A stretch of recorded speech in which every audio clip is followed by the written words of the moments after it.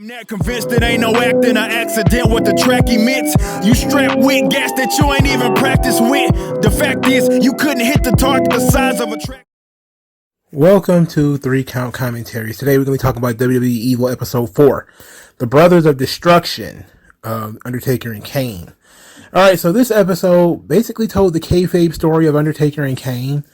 Very enjoyable to sit down and, see one of the best stories they've ever told, especially from the Attitude Era, told in one sitting, so that was very good. And we learned a lot about Undertaker and Kane and about the nature of their characters. I definitely think you could have done maybe Undertaker alone. And we definitely could have talked about, the people's fear of death. And that's what Undertaker stands for. He stands these people's fear of death. One of the things you will often see in fantasy and in very comic books and video games or whatever is there is a specter of sorts, a hooded figure usually that carries a scythe or comes from under the ground or whatever to claim souls or bodies or something. And the point of it is to be spooky and scary and, there's skeletons and skulls, and the goth nature of it is because human beings are obsessed with death. Some people are fascinated by their own death. They're fascinated with what happens after their lives are over. And Undertaker basically tapped into that, having that primal fear of death that Mick Foley talked about. And it's one of the most human things possible, and it's a human universal, which is why the Undertaker sort of appeals across various cultures. It's not just his, powers, quote unquote. It's also what the character represents. It's the archetype of the character. Every culture has a death figure. Like the ones I'm most familiar with are sort of the voodoo figures. You have Baron Samedi. Baron Samedi is the Lord of Death in voodoo canon. So if you don't know who Baron Samedi is, don't concern yourself with that. But just realize that Baron Samedi is very heavily what Papa Shango, the WWF character, is based on. So if you look at some of the writings of what Baron Samedi supposedly looks like, you will get Papa Shango. The white painted face is one big thing. Of course, they also took a little bit from Papa Legba with the top hat and the cane and that kind of thing. Papa Legba is probably one of the more famous incarnations of. He's not a death priest though, or death character. He's more of the borderline. The guy who he's the crossroads. He represents the crossroads, Papa Legba. But Baron Samedi represents the dead. And, there's an entire family called the Getty Family, and it's like the patron saints of graveyards and the patron saints of the dead, or the patron saints of souls and mortal beings and things like that. And these things pop up everywhere. The Valkyries in Norse mythology. The Valkyries are the choosers of the dead. Of all the slain heroes upon the land, the Valkyries appear to choose one to take him to Valhalla, where he shall, join. Like sometimes it's like a never-ending war.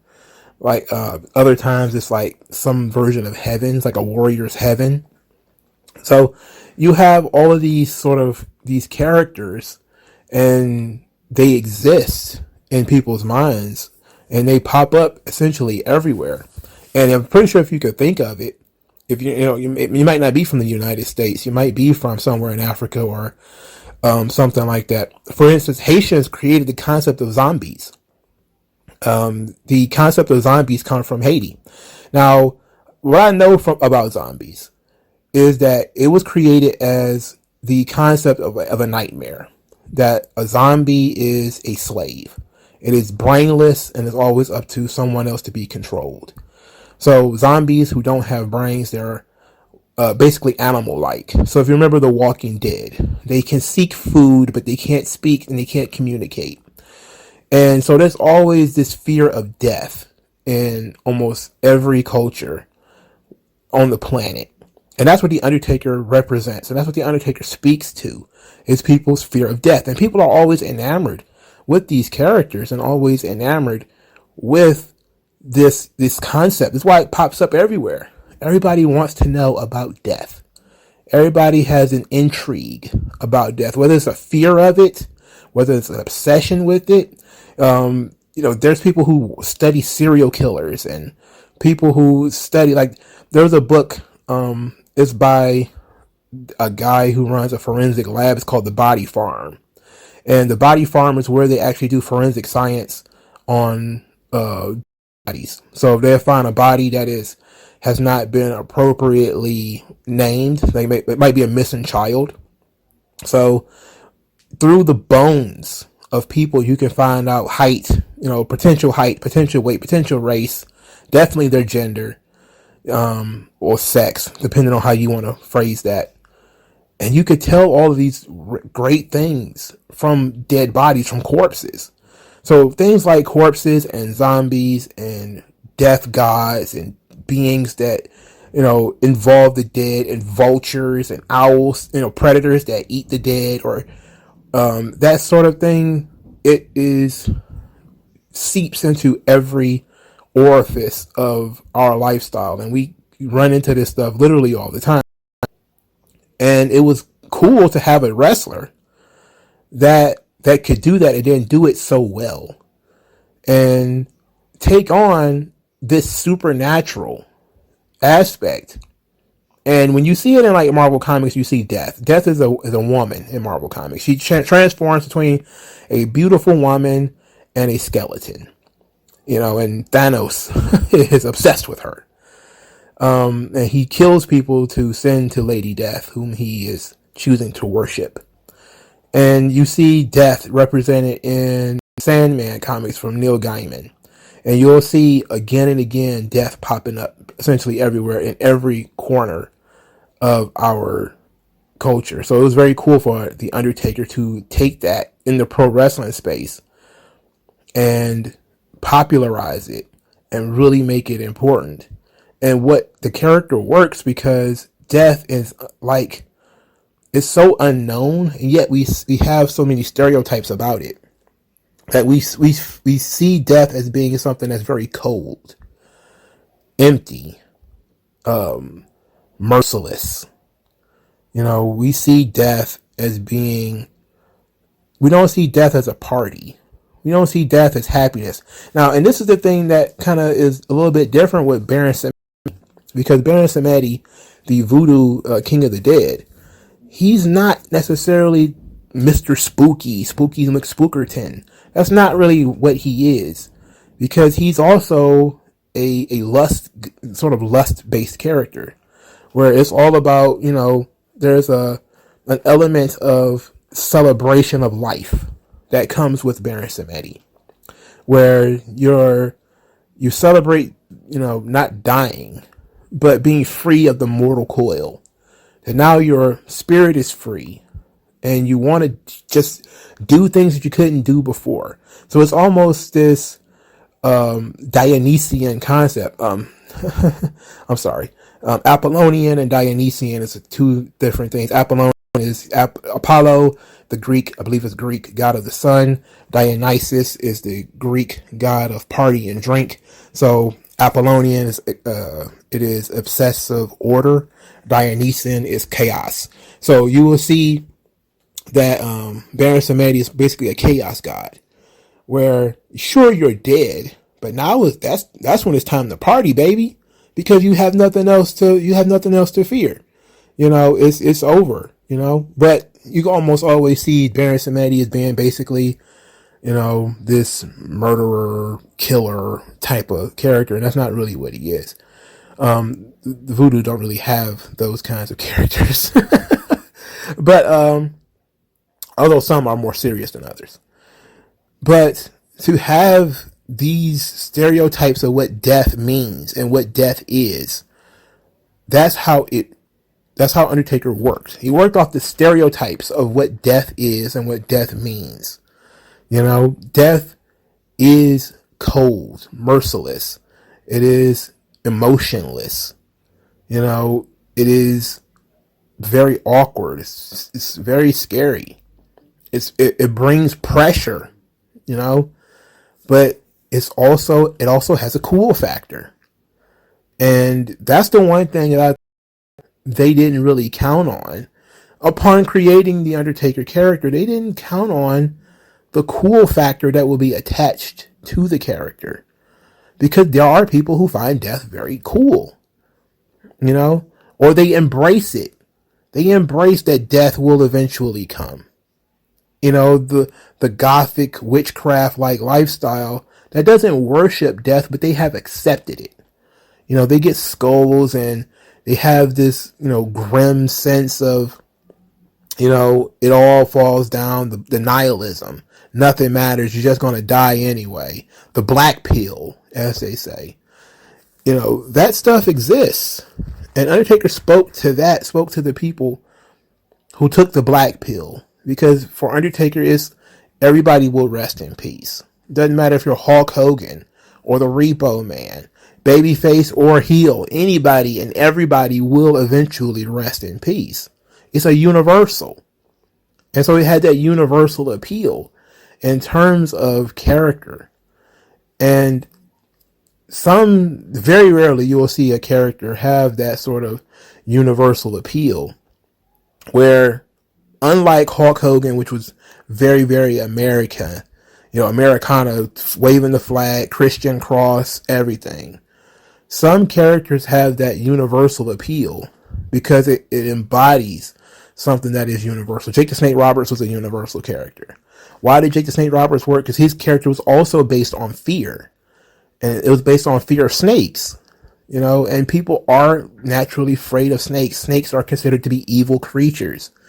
So when you have that working on your behalf, it becomes easy to fall into the archetype, or at least to mold the archetype into the way that you want it to be. And Undertaker, his job was pretty much easy. Once you master the way to work the character, the verbiage, the look, by God, the look was fantastic. You know, and it was very unique. Again, when you look at death gods, quite honestly, when you look at, especially in video games or something, is usually skeleton man with a hood and a scythe. You know, that's what you think of doom or death or whatever. And he shows up and he harvests you with his scythe and you die. And then you have the Undertaker, which is far more Michael Myers, you know, as far as he stalks his prey. He walks very slowly. There's no need to rush, you know, and you could tell everything you need to know about the character, because why would death chase you? Death doesn't need to chase you. You know, death can take its time because you can't get away from it. It's inevitable. It's inevitable as sunshine. You can't get away from it. Which is why I always found it strange. Like, Jack Kirby, he created the Black Racer in DC Comics. The Black Racer represents the death in the New Gods. Basically, he can kill any new god, but he's also faster than all the other new gods too. So if they can't outrun him. And I got what Jack Kirby was trying to say, and I just said it. You can't outrun death. So even if you're fast, you can't outrun him. You know, that was his way of saying, no matter how fast you go, no matter where you go, death will always catch up to you. But this interpretation, the Undertaker's interpretation, and Michael Myers' interpretation, is that death is everywhere you go. And you can run and you can scream and you can grab a weapon or whatever the case may be. You can try to defend yourself. But death is coming for you. Death is relentless. Death never stops. And that is the scariest thing about it, is you can't stave it off. Everything that we do in our daily life is trying to keep death away from us just one more day or 10 more minutes. So when you're in the gym pumping iron, I don't want to have a heart attack. You know, you're driving very cautiously, both hands on the wheel, because you don't want to get into an accident. You know, you're being extra cautious. You're trying to make your life last as long as possible. Still, death is coming. The Shinigami in the Death Note, you know, they're death guys. They can see how long people will live and how long until they die. And Death Note is beloved, you know, pretty much for that same reason. You know, so the death characters, they exist. They're fantastic. Undertaker fits the archetype perfectly, plays it very well, plays it stereotypically, but adds new elements to it with his explosiveness, as he talks about again and again, how he worked the characters. You make snap movements. You know, that was how it worked in the horror movies. You know, you run from Michael Myers, but he doesn't swing his knife slowly. You know, the knife strike is decisive, and it means to kill immediately. And that's how he worked the character. Now, Kane is a little bit different because Kane is not operating off the death archetype. It's operating off of the evil brother archetype. And this is why Kane did not have the legs of Undertaker. You know, typically Kane as a character kind of died right after the feud with Undertaker. Hate to say it that way, but they really didn't have anything more for the character after he feuded with Undertaker, because he was created specifically to feud with Undertaker. But if you know your Bible, you know about the evil brother, you know about Cain and Abel, the first man to commit murder, as Bruce Pritchard explains. The evil brother archetype essentially exists again in every single culture. You will find one god is created, then his evil brother is created, and evil brother starts just basically acting up. In Egyptian theology, you have the Egyptian god Osiris and his evil brother Seth, and Seth kills Osiris, chops his body up, and spreads it out all over the world, to which Isis, the wife of Osiris, has to go around and collect his pieces. And this also leads to Seth poking out the eye of Horus, who is Osiris' son. So you have this story that again appears all over the place, of the evil brother doing harm to the favored son. Osiris is sort of a Jesus equivalent in Egyptian theology, and some people will say that that's where, you know, Christ comes from. I don't particularly know. I'm just saying that's what people have said. And that's the general idea, is that the evil brother is almost always the, I wouldn't say younger brother, but the less favored of the brothers. This way we get like little brother syndrome. If anybody who has a little brother, you may see that he constantly compares himself to you. Sibling rivalry, which is, you know, sometimes born out of just the little brother's ego. It's not necessarily anything that the older brother has done. It could just be just plain ego, a desire to be seen as an equal to somebody that maybe others, maybe somebody else that you look up to, or somebody that you want to worship you, somebody that they favor. And in most stories where one brother kills another, it is a higher power of some sort, or an individual or a group of individuals of some sort that favors the brother that is killed. And that's almost always the case in these archetype stories. And so in the Kane and Undertaker story, Undertaker is the favorite son. You know, he's the one that everybody likes because he's the unburned one. He's the undestroyed one. He survived the fire. He's become WWF champion. He's lived his entire life. But Kane was locked in insane asylums and, you know, whatever. His life was ruined, you know. So, and this is where you get Vince McMahon's original concept of Kane. And I don't know if people have heard this before, but Vince's initial concept of Kane was that he was going to be a superhero with a cape and everything. And he was going to be this evil figure who truly believed that he was a superhero. Vince was too on the nose. He was a little too on the nose. you have to pull it back a little bit. You can't just be, oh, he's a superhero. He thinks he's a superhero. But Vince is on the right track because it's all about the ego. Kane killed Abel over his own ego because God bruised Kane's ego by choosing Abel over him. The people loved Osiris more than Seth. So Osiris, again, is seen as this Christ-like figure. He's half God, half man. He's as much like you, but also completely different. And Seth is like, wait a minute, they don't love me like they love him. I'll chop his body up and pitch his arms and legs all over the planet or whatever. It's that sort of mentality that kind of goes into the Undertaker and Kane story. And it works. And it's a universal because it happens essentially everywhere. And people have tried to do it again and again. It's also the Bret and Owen Hart story. They essentially told a similar tale, just with giant supernatural characters that aren't really related. But it was a fun episode. And Kane wears a mask. And this is the thing that I think that we really get to talk about. You get to talk about the psychology of masks and mask wearing. Because we all know what masks represent. Masks are about hiding things. It's about concealing things. It's about, you don't want people to know who or what is going on. There's a fear in people wearing masks, So you do have that bit of a fear quotient when it comes to Kane, is because he doesn't have a face, and masks very rarely allow you to see emotion. So that's when you had Undertaker. He had to be emotionless in his own face. He had to be colorless and emotionless in his face. Even as people were saying things to him, he just kind of had to have a dull reaction to it. While Kane had the benefit of the mask.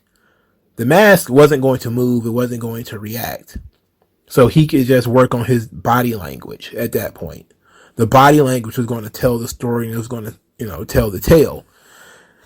But we all know that masks represent, a difference between who you are and who you would like to be. It's the public persona versus the private persona. The public persona is what the ideas that you give to other people that you meet. It is the very nice, somewhat comforting tone of voice. It's the smile. It's the way you dress, everything. And then when you're at home in private, how you talk, how do you walk, what do you eat, what do you do? And some people are very different in that way, that they have a public persona and they have a private persona. And it's easier for them to put on that mask. And in this instance, the mask is that's the public persona.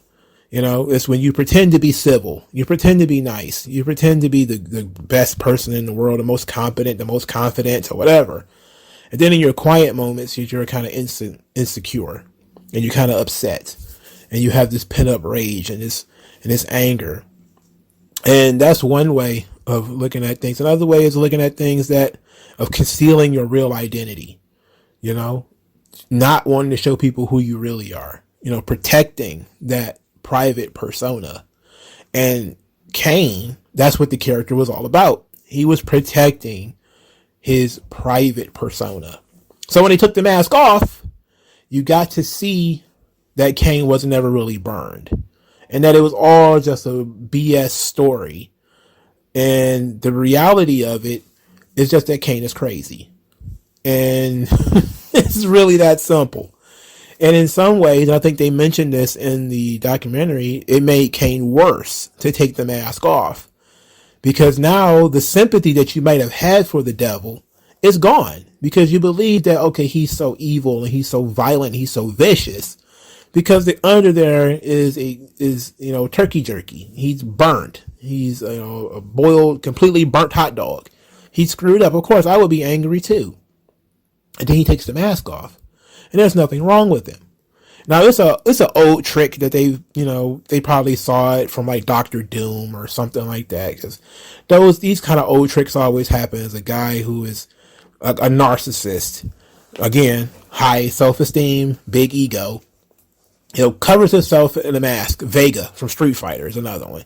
Vega wears a mask to protect his face. So you'll have this archetype of this super high, super egotistical character protecting themselves with this mask. And then you remove the mask and there's nothing wrong with him. You may think that he's ugly. You may think that or he may even lead you to believe that he's ugly or scarred forever. I believe there was Dr. Doom who had like a single scar on his cheek. And he was like, I've been mangled. I shall never show my face ever again. And that kind of stuff where it's psychological damage. And in some ways, psychological damage is even scarier because it makes you unpredictable. And that is what I've been trying to get people to understand about Kane's mask being removed, is that it made Kane unpredictable. Because now if he's lying about being set on fire, and he may even truly believe that he was set on fire, and he may truly believe that he is burned to a crisp, what lengths will he go to, once the sympathy is gone, and we saw it. And I think that's why I maintain that ruthless aggression Kane, when he removed his mask, was in some ways equal to, his booking wasn't equal to, but he was equal to the original concept of Kane. Now if they'd have booked him as strong as, in the original concept, they booked him that strong again, things would have been great. Unfortunately, they didn't do that. So I liked the episode. I wasn't thrilled about the Brothers of Destruction. I've never been as excited about them as other people have been, but I don't dislike the concept. I think that they don't really work together as much as they work excellently apart, because even Kane had a fear of death, so that was another thing that you could have added as a log onto the fire, is that Kane, even though he also takes a lot of tropes from slasher villains and movie villains and things like that, Kane was never meant to be anything other than Undertaker's little brother. But Undertaker is the entire death incarnate. That's really what he was supposed to be. And that's really what he represented. And death doesn't have a little brother. What is it? What will be sleep? Being in a coma? It's not the same thing. So Kane was kind of destined to always fall by the wayside due to the nature of the way that the characters are put together, but still a great pairing, and it was a pretty good episode. But let me know what you guys think in the comment section below. Like, share, and subscribe, and I'll talk to you guys later. MagMongoSlade. Best house I ever drew, Daddy.